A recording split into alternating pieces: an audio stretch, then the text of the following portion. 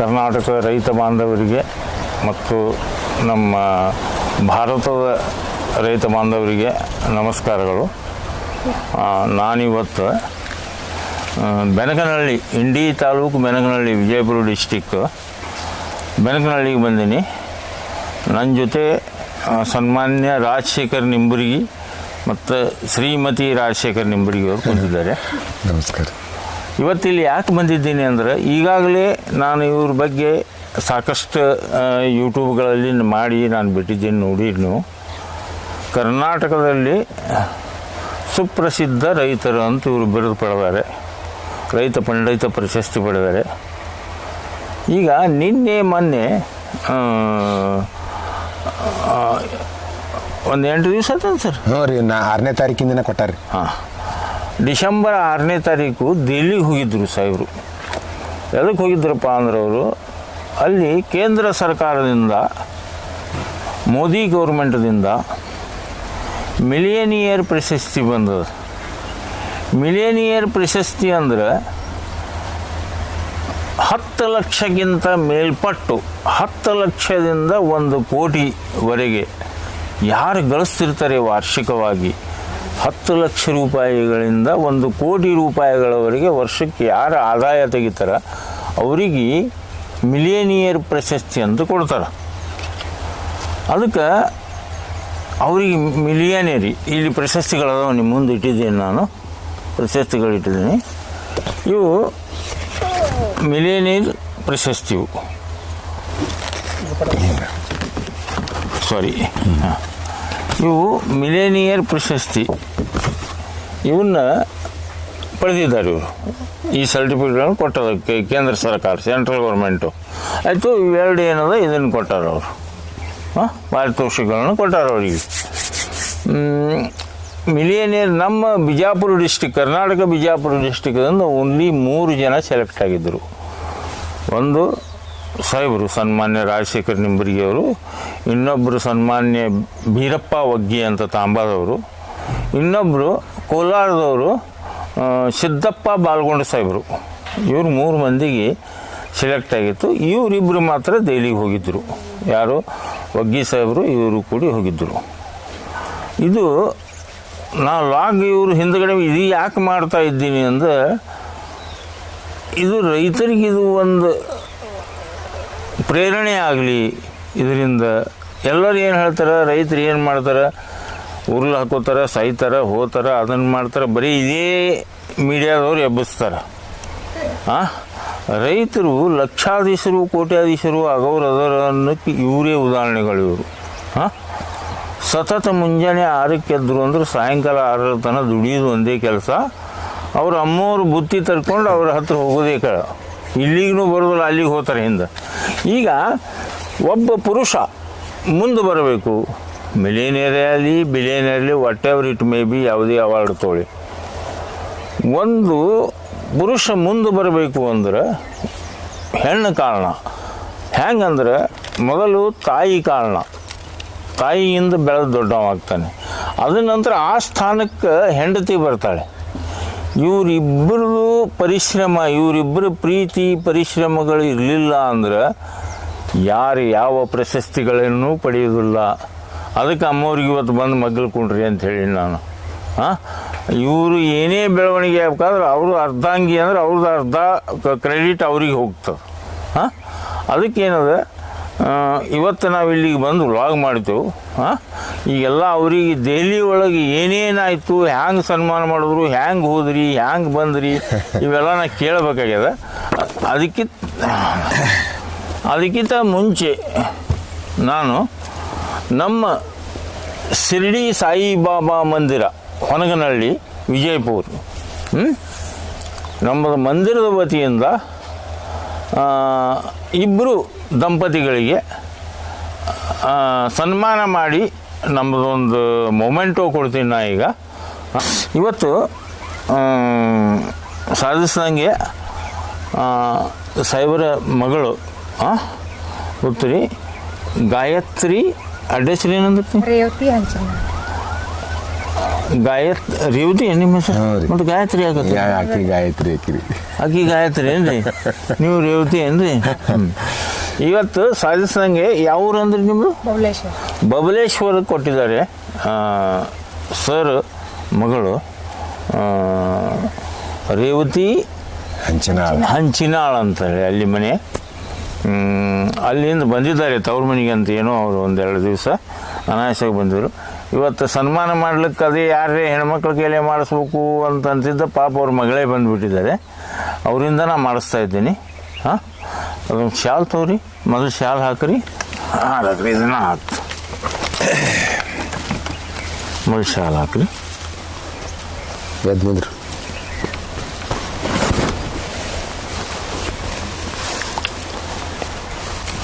ಶಿವಾಯ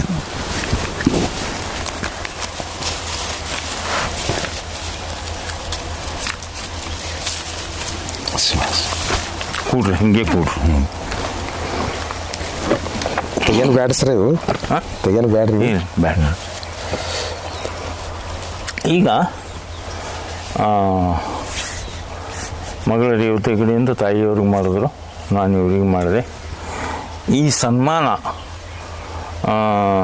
ಇವ್ರಿಗೆ ಎಷ್ಟು ಸನ್ಮಾನ ಮಾಡಿದ್ರು ಕಡಿಮೆನೇ ಇದು ಇಂಥ ಸನ್ಮಾನಗಳಲ್ಲ ಕೇಂದ್ರ ಸರ್ಕಾರ ರಾಜ್ಯ ಸರ್ಕಾರಗಳೇ ಸನ್ಮಾನ ಮಾಡ್ಯಾವ ಹಾಂ ನಾ ಪರ್ಸ್ನಲಿ ಬಂದು ಸನ್ಮಾನ ಮಾಡಿ ನಾನು ಭಾಳ ಬೇಕಾದವರು ಇವರು ಹಾಂ ರೈತರಿಗೆ ದಾರಿದೀಪವಾದ ಜನ ಇದೆಲ್ಲ ತಾವು ಒಬ್ಬರೇ ಬೆಳಲಿಕ್ಕತ್ತಿಲ್ಲ ರೈತರಿಗೇನೆ ದಾರಿದೀಪ ಆಗಿಬಿಟ್ಟಾರೆ ಇವರು ಕರ್ನಾಟಕದಲ್ಲಿ ಅಲ್ಲಿ ಮಹಾರಾಷ್ಟ್ರ ಆಂಧ್ರ ಎಲ್ಲ ಕಡೆಯಿಂದ ಬರ್ತಾರೆ ಜನರ ಇವರಿಂದ ಲಿಂಬೆಯಾಗಿ ಯಾವ್ಯಾವ ಕೊಡ್ತೀರಿ ಸರ್ ಲಿಂಬೆಯಾಗಿ ಕೊಡ್ತೇವ್ರಿ ದಾಳಿಂಬ್ರ ಕೇಸರ್ ದಾಳಿಂಬ್ರಾಗಿ ಕೊಡ್ತೇವ್ರಿ ಅರಸಿಕೆರೆ ಟಾಲ್ ತೆಂಗಿನಾಗಿ ಕೊಡ್ತೇವ್ರಿ ಸೀತಾಫಲಾಗಿ NMK1 ಸೀತಾಫಲಾಗಿ ಮಾಡಿ ಕೊಡ್ತೇವ್ರಿ ಮತ್ತೆ ಆಮೇಲೆ ಹೇಳಿದ್ರಪ್ಪ ಅಂದ್ರೆ ಇವನ್ನ ಜವಾರಿ ನುಗ್ಗಿಯಾಗಿ ಮಾಡಿ ಕೊಡ್ತೇವ್ರಿ ಜವಾರಿ ನುಗ್ಗಿಯಾಗಿ ಗ್ಲಿಸಿಡಿಯ ಮಾಡಿ ಕೊಡ್ತೇವ್ರಿ ಯಾರಿಗೆ ಏನ್ ಬೇಕಾಗಿರ್ತದ ಹೇಳಿದ್ರ ಆಗವ ಅಡ್ವಾನ್ಸ್ ಹೇಳಿದ್ರ ಎಲ್ಲ ರೈತರಿಗೆ ಮಾರ್ಗದರ್ಶಕರಾಗಿ ದೊಡ್ಡ ಸೇವಾ ಮಾಡ್ತಾ ಇದ್ದಾರೆ ಅದಕ್ಕೆ ಏನದಪ್ಪ ಅಂದ್ರೆ ಕೇಂದ್ರ ಸರ್ಕಾರ ರಾಜ್ಯ ಸರ್ಕಾರ ಇವರನ್ನು ಕರೆದು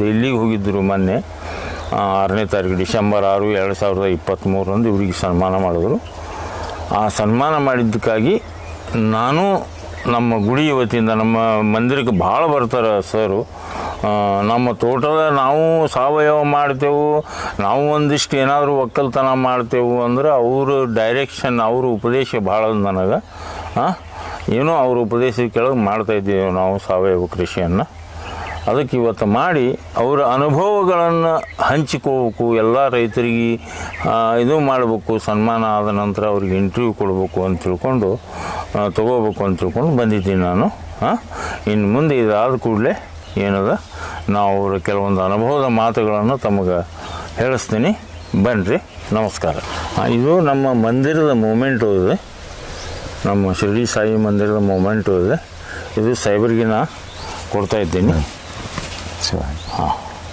ನಮಸ್ಕಾರ ನಮಸ್ಕಾರ ಸರ್ ನಮಸ್ಕಾರ ರೀ ನಿಮ್ಮದು ಈಗಾಗಲೇ ನಾನು ಭಾಳಷ್ಟು ವೀಡಿಯೋಗಳು ಮಾಡಿಬಿಟ್ಟೀನಿ ಹೌದು ರೀ ನೀವು ದೆಹಲಿ ಪ್ರವಾಸ ಮುಗಿಸಿ ನೀವು ಈ ಅವಾರ್ಡ್ ಈ ಮಿಲಿಯನಿಯರ್ ಅವಾರ್ಡ್ ತೊಗೊಂಡು ಬಂದ ಮೇಲೆ ನಿಮ್ಮನ್ನು ಸನ್ಮಾನ ಮಾಡಿ ನಿಮ್ಮ ಅನುಭವಗಳನ್ನು ಹಂಚ್ಕೋಬೇಕು ರೈತರ ಜೊತೆ ಅಂತ ಬಂದಿದ್ದೀನಿ ನಾವು ಸರ್ ಇದು ಫಸ್ಟ್ ನಿಮಗೆ ಈ ಪ್ರಶಸ್ತಿ ಸಿಗುತ್ತಾ ಅಂತ ನಿಮಗೆ ಯಾವಾಗ ಗೊತ್ತಾಯಿತು ಒಂದು 6-7 ದಿನದ ಮೊದಲೇ 5-6 ದಿನದ ಮೊದಲೇ ಗೊತ್ತಾಯ್ತು ರೀ ಸರ್ ಕೃಷಿ ವಿಜ್ಞಾನ ಕೇಂದ್ರ ಇಂಡಿಯಾ ಮುಖ್ಯಸ್ಥರು ನಮಗೆ ಫೋನ್ ಮಾಡಿ ಹೇಳಿದ್ರಿ ಸರ್ ನಿಮ್ಗೆ ನ್ಯಾಷನಲೈಸ್ ಅವಾರ್ಡ್ ಬಂದದ ಅದಕ್ಕೆ ನೀವು ಹೋಲಕ್ಕೆ ದಿಲ್ಲಿಗೆ ಹೋಲಕ್ಕೆ ತಯಾರಾಗಬೇಕು ಅದಕ್ಕೆ ನಾವೆಲ್ಲ ಏನು ನಿಮ್ಗೆ ಮಾಹಿತಿ ಕೊಡ್ತೇವೆ ಒಂದಿನ ಬರ್ರಿ ಅಂತ ಹೇಳಿದ್ರಿ ಅವ್ರು ನಾವು ವೀರಪ್ಪ ವಗ್ಗಿಯವ್ರು ಕೂಡಿ ಒಂದಿನ ಅವ್ರು ಹೇಳಿದ ದಿನ ಹೋದೇವ್ರಿ ಅವತ್ತು ಹೋದ ದಿನನೇ ಅವರು ಫ್ಲೈಟ್ ಟಿಕೆಟ್ ಅದೆಲ್ಲ ತಮ್ಮ ಮುಖಾಂತರನೇ ತೆಗೆದು ನಮ್ಗೆ ಹೆಂಗೆ ಹೋಗ್ಬೇಕು ಅನ್ನೋದು ಡೈರೆಕ್ಷನ್ ಹೇಳಿದ್ರು ಎಲ್ಲಿಂದ ನೀವು ನಿಮ್ಮ ತೋಟದಿಂದ ನೀವು ಏನು ಮಾಡ್ಬೇಕ್ರಿ ಅಂದ್ರೆ ತಾಂಬಕ್ಕೆ ಹೋಗ್ಬೇಕು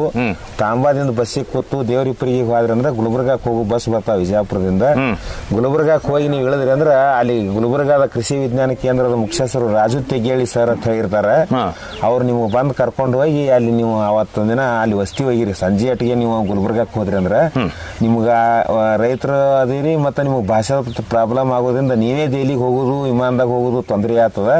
ಅದಕ್ಕೆ ನ್ಯೂಡಲ್ ಆಫೀಸರ್ ಅಂತೇಳಿ ಕರ್ನಾಟಕಕ್ಕೆ ಒಬ್ಬ ಆಫೀಸರ್ ನೇಮಕ ಮಾಡ್ರ. ಅದು ನಮ್ಮ ಕೃಷಿ ವಿಜ್ಞಾನ ಕೇಂದ್ರ ಅಂದ್ರೆ ಗುಲ್ಬರ್ಗ ನಮ್ಮ ಕೃಷಿ ವಿಜ್ಞಾನ ಕೇಂದ್ರ ಇದ್ದಂಗೆ ವಿಜಯಪುರದಂದಿದ್ರು ನಮ್ದೇ, ಗುಲ್ಬರ್ಗಾದಂದಿದ್ರು ನಮ್ದೇ. ಅದ್ರಾಗ ರಾಜು ತೆಗೇಳಿ ಸರ್ ನಮ್ಗೆ ಬಾಳ ದಿನ ಹಿಡಿದು ಪರಿಚಯ ಸರ್. ಅವರು ನಮ್ಮ ಇಂಡಿ ತಾಲೂಕದವ್ರಿ ಸರ್. ಅವರು ಯೂನಿವರ್ಸಿಟಿ ಗೋಳಸಾರದವ್ರಿ. ಅವರು ಅವ್ರದ್ದು ಬಾಳ ಅದ್ಭುತ ಫ್ಯಾಮಿಲಿ ರೀ ಸರ್. ಅವ್ರದ್ದು ಒಂದು ಇದು ಮಾಡ್ಬೇಕು ನಾವು ನೀವು ಹೋಗುನೊಮ್ಮೆ. ಹಾ ರೀ, ಅದಕ್ಕೆ ಅವರು ಹಂಗಾಲ ಆಕಳನ್ನು ಸಾಕ್ಯಾರ ಸರ್. ಅವ್ರ ಮನ್ಯಾಗ ಚಲೋ ಕೃಷಿ ಮಾಡ್ಯಾರ. ಸರಿ ಸರ್. ಅವರು ರೈತ ಕುಟುಂಬದಿಂದ ಬಂದು ಬಹಳ ಕಷ್ಟದೊಳಗ ಒಳ್ಳೆ ಒಂದು ಉನ್ನತ ಹುದ್ದೆ ಒಳಗ MSc FSc ಎಲ್ಲ ಮಾಡಿಕಿಸಿಂದ ಅವರು ದೆಹಲಿ ಒಳಗೆ ಕಲ್ತಾರೆ ಸರ್. ದೆಹಲಿ ಒಳಗೆ ಕಲ್ತು ಬಂದು ನಮ್ಮ ಕೃಷಿ ವಿಜ್ಞಾನ ಕೇಂದ್ರದ ಮುಖ್ಯಸ್ಥರದಾರ ಸರ್. ಸರಿ ಸರ್. ರೈತರ ಬಹಳ ಅವ್ರೊಂದು ಜೀವನಾಡಿ ಇದ್ದಂಗ ಸರ್. ಸರಿ ಸರ್. ಸರ್ ಅವರು ಬಲ್ಯಾಕ ನೀವು ಹೋರಿ ಅಂದ್ರೆ ನಾವು ಏನು ವಿಚಾರ ಮಾಡ್ಲಿಲ್ಲ. ಅಲ್ಲಿ ದಿಲ್ಲಿಗೆ ಹೋಗುದು ಬಿಡೋದು ಇರಲ್ದಕ್ಕ. ರಾಜು ತೆಗೇಳಿ ಸರ್ ಬಲ್ಯಾಕ ಹೋಗೋದಪ್ಪ ಅಂದ್ರೆ ಹೋತೇವ್ರಿ ಸರ್ ಅಂದೇವ್ರಿ. ಅದೇ ಸರ್. ರಾಜು ತೆಗೇಳಿ ಸರ್ ಹೆಸರು ಹೇಳ್ದಕ್ರೆ ನಾವು ಹೋತೇವ್ರಿ ಸರ್. ಗುಲ್ಬರ್ಗ ಕರೆ ಹೋಗಿ ಸರ್ ರೈತ ಸಮಾಜದವರು ಅಷ್ಟು ನಂಬಿಕೆಸ್ತ ಹೆಸರು. ಅವರು ನಮ್ಮ ಬಗ್ಗೆ ಬಹಳಷ್ಟು ಈ ಗನ್ನಿ ಹುಳದ ಬಗ್ಗೆ ತೊಂದರೆ ಐತ್ರಿ ರೈತರಿಗೆ ಬಹಳಷ್ಟು. ಈ ಸಾವಯವದ ಗನ್ನಿ ಹುಳದ ತಯಾರ ಮಾಡಿ ಅವರು ಮೆಟ್ರೈಜಿಯಂ ಅನ್ನೋದೊಂದು ಎಲ್ಲರಿಗೆ ತಿಳಿಸಿಕೊಟ್ರಿ ಸರ್. ಇದನ್ನ ನೀವು ಹಿಂಗ್ ಬಹಳಷ್ಟು ತೊಗರಿ ಬಗ್ಗೆ ವಿಡಿಯೋಗಳು ಬರ್ತಾರೆ ಸರ್. ಅವರು ಯಾವ ತೊಗರಿ ಹಾಕ್ಬೇಕು, ಯಾವ ಟೈಮ್ದಾಗ ಹಾಕ್ಬೇಕು, ಹೆಂಗ್ ಮಾಡಿದ್ರೆ ಇಳುವರಿ ಜಾಸ್ತಿ ಬರ್ತದ, ಯಾವ ವೆರೈಟಿ ಬಗ್ಗೆ ಅವರು ಒಂದು 100 ವೆರೈಟಿ ಅವರಲ್ಲಿ ನೋಡ್ಲಕ್ ಸಿಗ್ತಾರೆ ಸರ್. ಈಗಾದ್ರು ಅಲ್ಲಿ ರಾಜು ತೆಗೇಳಿ ಸರ್ ಗುಲ್ಬರ್ಗ ಕೃಷಿ ವಿಜ್ಞಾನ ಕೇಂದ್ರ ಸರ್. ಅದು ಕೃಷಿ ವಿಜ್ಞಾನ ಕೇಂದ್ರ ಊರಾಗಿ ಅದ್ರಿ. ಅಲ್ಲಿ ಒಂದೊಂದು ತೊಗರಿದು ಕತ್ತಿ ಕೇಳಿದ್ರೆ ಒಂದೊಂದ್ ದಿನ ಮುಗಿಯಂಗಿಲ್ಲ ಸರ್. ಅಷ್ಟೊಂದು 100,000 ತಳಿಗಳನ್ನ ಪ್ಯಾಕ್ ಮಾಡಿ ಇಟ್ಟಾರ್ರಿ ಅವ್ರು. ಹೋದೇವ್ರಿ ಸರ್. ತಾಂಬಾಕ್ ಹೋದೆವು. ತಾಂಬಾದಿಂದ ಇಬ್ರು ಅಣ್ಣ ನಾನು ವೀರಪ್ಪಣ್ಣ ನಾನು ಕೂಡಿ ದೇವ್ರಿಪ್ರಿಗೆ ಹೋದೇವ್ರಿ. ಅಲ್ಲಿ ಹೋಗೋದ್ರಾಗೆ ಗುಲ್ಬರ್ಗಕ್ಕೆ ಹೋಗೋ ಬಸ್ ಬತ್ರಿ. ಗುಲ್ಬರ್ಗಕ್ಕೆ ಹೋಗಿ ಇಳಿಯೋದ್ರಾಗೆ ಒಂದ್ ತಾಸು ಹೊತ್ತಿತ್ತು. 4:15ಗೆ ಹೋದೇವ್ರಿ. ಸರ್ ಫೋನ್ ಮಾಡಿದೇವ್ರಿ ಸರ್ ನಾವು ಹಿಂಗ್ ಬಂದಿದ್ದೇವೆ ಅಂತ ಹೇಳಿ ಬಂದು ಅವ್ರ ಗಾಡಿ ಕೊಟ್ಟು ಕಳ್ಸಿದ್ರು. ಅಲ್ಲೇ ಊರಾಗಿದ್ರು ಗಾಡಿ ಕೊಟ್ಟು ಕಳ್ಸಿದ್ರು. ನಾವು ಕೃಷಿ ವಿಜ್ಞಾನ ಕೇಂದ್ರಕ್ಕೆ ಹೋಗೋದ್ರಾಗೆ ಹೊತ್ತು ಮುಗಿತ್ರಿ ಸರ್. ಕೃಷಿ ವಿಜ್ಞಾನ ಕೇಂದ್ರ ಹಗಲತ್ತ ಆಫೀಸ್ ಹೆಂಗ್ ಚಾಲು ಇರ್ತದ ಎಲ್ಲಾನು ಚಾಲು ಐತ್ರಿ ಸರ್. ಎಲ್ಲಾ ಸಿಬ್ಬಂದಿ, ಎಲ್ಲಾ ವಿಜ್ಞಾನಿಗಳು, ಸಿಬ್ಬಂದಿ, ಕೆಲಸಗಾರರು ಎಲ್ಲಾರು ಹಗಲ ರಾತ್ರಿ ಕೂಡ ಚಾಲು ಇರ್ತಾರೆ ಸರ್. ಅವ್ರು ಅಷ್ಟು ದಕ್ಷವಾಗಿ ನೋಡ್ಕೊಂಡು ಹೊಂಟ್ರಿ ಸರ್ ಕೃಷಿ ವಿಜ್ಞಾನ ಕೇಂದ್ರ. Very good. ಅಲ್ಲಿ ಹೋದ ಬಳಕ ನಮ್ಗೆ ಸ್ವತಃ ಸರ್ ಎದ್ದು ಆಫೀಸ್ ಹೊರಗೆ ಬಂದು ನಮ್ಮನ್ನ ಕರ್ಕೊಂಡು ಒಳಗ್ ಕುಂದ್ರಿಸಿ ನಮ್ಮ ಯೋಗಕ್ಷೇಮ ಕೇಳ್ಕೊಂಡು ನಮ್ಗ ಅದೆಲ್ಲ ಕೃಷಿ ವಿಜ್ಞಾನ ಕೇಂದ್ರದ ಕೆಲವೊಂದು ಮಾಹಿತಿಗಳನ್ನ, ಕೆಲವೊಂದು ಫೋಟೋಸ್ಗಳನ್ನ, ಕೆಲವೊಂದು ಪ್ಯಾಕ್ಗಳನ್ನ ಎಲ್ಲ ಅವಾಗೆ ತೋರ್ಸದ್ ಸರ್. ತೋರಿಸಿ ಅವರೆಲ್ಲ ಸಿಬ್ಬಂದಿ ಅವ್ರಿಗೆ ಕರೆದ ಕಿಸಿಂದ ಇವ್ರಿಗೆ ಗೆಸ್ಟ್ ರೂಮಿಗೆ ಒಯ್ದು ಬಿಡ್ರಿ, 8ಕ್ಕೆ ಊಟ ಮಾಡಿಸ್ರಿ, ಅವ್ರಿಗೆಲ್ಲ ಸರಿಯಾಗಿ ನೋಡ್ಕೋರಿ ಅಂತ ಹೇಳಿದ್ರು. ಬಹಳ ಒಳ್ಳೆ ರೂಮ್ ಕೊಡ್ರಿ ಅಂತ ಹೇಳಿದ್ರು. ನಮ್ಗೆ ಒಂದ್ ಒಳ್ಳೆ ರೂಮ್ ಕೊಟ್ರಿ ಸರ್.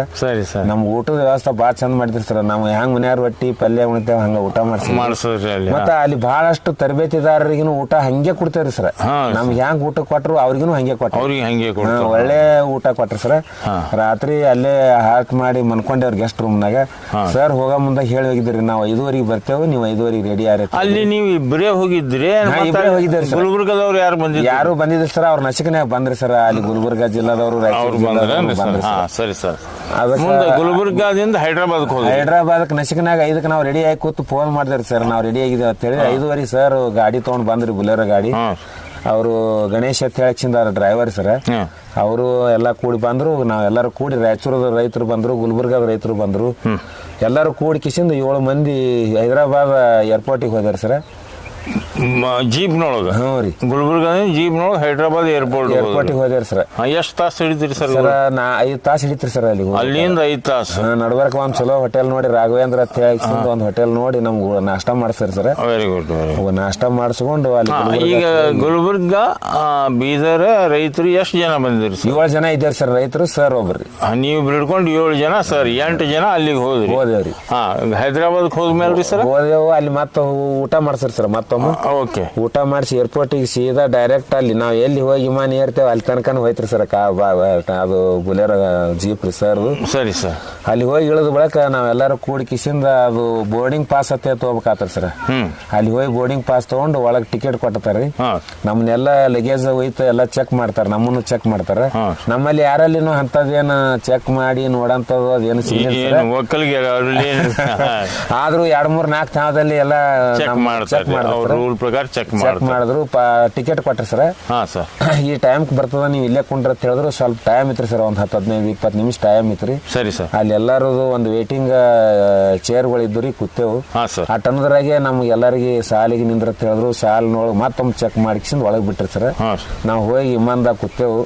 ವಿಮಾನದಾಗ ಕೂತ್ಕೊಳಕ್ ಬೆಲ್ಟ್. ನೀವು ವಿಮಾನದಾಗ ಮೊದಲು ಹೋಗಿರಿ ಏನು ಫಸ್ಟ್ ಟೈಮ್ ಹೋಗಿದ್ದೇವೆ ಸರ್. ಸುತ್ತೂರಪ್ಪ ಅವ್ರು ನಮ್ಗೆ ಕರ್ಸಿದ್ರು, ನಮಗ ದರ್ಯಪ್ಪ ಕಿತ್ತೂರ್ ಅವರಿಗೆ ಸುತ್ತೂರ್ಗೆ ಕರ್ಸಿದ್ರಿ ಸರ್ ಬೆಳಗಾವದಿಂದ. ಸುತ್ತೂರು ಎಲ್ಲಿ ಬರುತ್ತೆ ಸರ್? ಮೈಸೂರು ಬೆಲ್ಲಾಕ್ರಿ ಸರ್.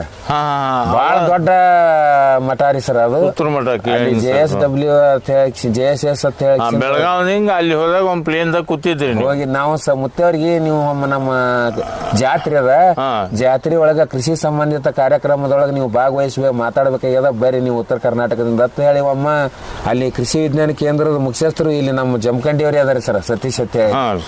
ಅವ್ರ ಕಡೆಯಿಂದ ನಮಗೆ ಫೋನ್ ಮಾಡ್ಸಿದ್ರಿ ಸರ್ ಅಪ್ಪವರು. ನಾವಿಲ್ಲ ದೂರ ಭಾಳ ಆಗ್ತದ, ನಮ್ಮ ರೈತರು ಭಾಳ ಮಂದಿ ಅದಾರ ಅಂತ ಹೇಳಿ ನಾವು ಹೋಗಿದ್ದಿಲ್ಲ ವಾಲ್ ಅಂದೇವ್ರಿ. ಅದಕ್ಕೆ ಅಪ್ಪವರು ಬೆಳಗಾವದಿಂದ ನಿಮ್ಗೆ ವಿಮಾನ ರೆಡಿ ಮಾಡಿಸ್ತೇವಪ್ಪ, ಬರ್ಲಕ್ಕ ಹೋಗ್ಲಕ್ಕ ಬರ್ರಿ ಅಂತ ಹೇಳಿ. ಎರಡನೇ ಸಲ ನೀವು ಪ್ಲೇನ್ದೊಳಗೆ ಕುಂತೀರಿ ಇದು ಎರಡನೇ ಸಲ ಹೋಗಿದ್ದೀರಿ ಸರ್. ಅದಕ್ಕಿಂತ ದೊಡ್ಡ ವಿಮಾನ ಸರ್ ನಾವು ಈ ಸಲ ಹೋಗಿದ್ರಿ. ದೊಡ್ಡದ್ರಿ ಅದು ರಾಜ್ಯದೊಳಗೆ ತಿರುಗಾಡೋ ವಿಮಾನ ಇತ್ರಿ. ಇದು ಸೆಂಟ್ರಲ್, ಇದು ಭಾಳ ದೊಡ್ಡ ವಿಮಾನ ಇತ್ತು. ಈಗ ಹೈದ್ರಾಬಾದಕ್ಕೆ ಎಷ್ಟಕ್ಕೆ ಬಿಟ್ಟು? 4:10 ಬಿಟ್ಟೇರಿ ಸರ್. 2:10 ರೀ. 2:10 ಮಧ್ಯಾಹ್ನಕ್ಕೆ ರೀ. 4:10 2 ತಾಸನಾಗ ಹೋಗಿ ಬಿಡ್ತೀರಿ ಸರ್. ಅಲ್ಲಿ 2 ತಾಸನಾಗ ದೆಹಲಿಗೆ ಹೋಗಿ ಹೇಳಿದ್ರಿ. ಹೋದೆವು. ಭಾಳ ವಿಚಿತ್ರ ಅನುಭವ ಆಯ್ತ್ರಿ ಸರ್. ನಮ್ಗೆಲ್ಲ ಸರ್ ಕಿಟಕಿ ಕಡೆ ಕೂಡುವಂತ ವ್ಯವಸ್ಥೆ ಮಾಡಿದ್ರು ಕೃಷಿ ವಿಜ್ಞಾನ ಕೇಂದ್ರದವ್ರು ಟಿಕೆಟ್ ತೆಗಿಸ್ಕೊಂಡು ಬಂದಾಗ. ನಾವೆಲ್ಲ ಕಿಟಕಿ ಕೂತು ಮೊಬೈಲ್ ತಳಗಿಂದೆಲ್ಲ ಫೋಟೋ ತಕ್ಕೋತ ಹೋದೆವು. ಅದು ನಿಮ್ಗೂ ಕಳಿಸಿದ್ದೇರಿ ಸರ್. ಕಳಿಸಿರಿ. ಅಲ್ಲಿ ಹೋದ ಬಳಿಕ 2 ತಾಸಿಗೆ ಹೋಯ್ತ್ರಿ ಸರ್ ದಿಲ್ಲಿಗೆ. ದಿಲ್ಲಿಯಿಂದ ಸರ್ ನಮಗ್ ಕರ್ಕೊಂಡು ಅಲ್ಲಿ ಏನು ವಸತಿ ಇರೋ ಜಾಗಕ್ಕೆ ಅಂಬೇಡ್ಕರ್ ಭವನ ಕರ್ಕೊಂಡು ಹೋದ್ರಿ. ಅಂಬೇಡ್ಕರ್ ಭವನ ಕರ್ಕೊಂಡು ಎಲ್ಲಾ ರೈತರಿಗೆ ಅಲ್ಲೇ ಮಾಡಿದ್ರು. ಎಲ್ಲ ಕರ್ನಾಟಕದ ಅಲ್ಲಿ ಅಷ್ಟೇ ಅಲ್ಲ ಸರ್, ಇಡೀ ಭಾರತದ ಪ್ರತಿ ರಾಜ್ಯದಿಂದನೂ ಎಲ್ಲ ಜನ ಬಂದಿದ್ರು. ಎಲ್ಲ ಬಂದಿದ್ರು. ಒಂದು ಜಿಲ್ಲೆಯಿಂದ 2-3 ಮಂದಿ ಅಂದ್ರೆ 60-100 ಮಂದಿ ಎಲ್ಲಾ ರಾಜ್ಯದಿಂದ ಬಂದಿದ್ರು ಸರ್. ಎಲ್ಲಾ ರಾಜ್ಯ ಟೋಟಲಿ 60-100 ಮಂದಿ ಆಗ್ತಿದ್ರಿ. ಇಲ್ಲ ಸರ್, ಒಂದು ರಾಜ್ಯದಿಂದ 60-100 ಮಂದಿ ರೀ. ಒಂದು ರಾಜ್ಯದಿಂದ 60-100 ಮಂದಿ. ಒಂದು ಜಿಲ್ಲೆಯಿಂದ 2-3 ಮಂದಿ ರೀ. ಅಂದ್ರೆ ಮಿನಿಮಮ್ 1000 ಜನ ಬಂದಾರಿ ಸರ್. ಹೌದಾ? ಭಾಳ ದೊಡ್ಡ ಕಾರ್ಯಕ್ರಮ ರೀ ಸರ್. 1000-2000 ಜನ ರೈತರು ಇದ್ದಿರ್ಬೇಕಲ್ಲ. ಇದ್ರಲ್ರಿ. ದೊಡ್ಡ ಕಾರ್ಯಕ್ರಮ ರೀ. 3 ದಿನದ ಕಾರ್ಯಕ್ರಮ ರೀ ಸರ್. 3 ದಿನದ ಕಾರ್ಯಕ್ರಮ ರೀ. ಈಗ ನೀವು ಅಲ್ಲಿ ಹೋಗಿ ಹೇಳಿದ್ರಿ ಅಂಬೇಡ್ಕರ್ ಭವನ ಕರ್ಕೊಂಡು ಹೋಗ್ರಿ. ಅವರು ಒಂದ್ 1400 ರೂಪಾಯಿ ತಗೊಂಡ್ರು ಕಾರಿನವರು. ನಮ್ ಕರ್ಕೊಂಡು ಹೋಗಿ ಸರ್ ನೋಡಿದ್ರು, ಇವರೆಲ್ಲ ತಮ್ಮ ಹೊಲದಾಗ ಚಂದಾಗಿ ಉಂಡು ತಿಂದು ಎಲ್ಲಿ ಬೇಕಾದ್ರೆ ಆರಾಮ್ ಇರೋರು. ಇಲ್ಲಿ ಅಂಬೇಡ್ಕರ್ ಭವನದೊಳಗ ಅಷ್ಟೊಂದು ಸುಸಜ್ಜಿತ ಕಾಣಿಸ್ಲಿಲ್ಲ ಸರ್. ನಮ್ಗೆ ಪ್ರೈವೇಟ್ ಚಲೋ ಪಂಚತಾರ ಹೋಟೆಲ್ದೊಳಗೆ ರೂಮ್ ಮಾಡಿ ಕೊಟ್ಟ ಸರ್ ವಾಗಿ ಬೀರಪ್ಪನಗ ನನಗರಿ. ಹೌದ್ರಿ. ದಿನ 3,500-4,600 ರೂಪಾಯಿ ತನ ರೇಟ್ ಇದ್ರು ಸರ್ ಅವು. ನಾವೆಲ್ಲ ಕೇಳಿದೇವ್ ಸರ್, ಅದು ಹೆಂಗ ಏನ್ಸ ನೀವೇನು ವಿಚಾರ ಮಾಡ್ಬೇಡ್ರಿ, ನೀವೇನೋ ನಮ್ಗ ಇಂಥದ್ದು ನಿಮ್ಗೆ ಸಿಕ್ಕಿದ್ದು ನಮ್ ಪುಣ್ಯ, ನೀವು ನಿಮ್ಮ ಸೇವಾ ಮಾಡೋದು ಸಿಕ್ಕಿದ್ದು ನಮ್ ಪುಣ್ಯ ಅಂದ್ರಿ ಸರ್.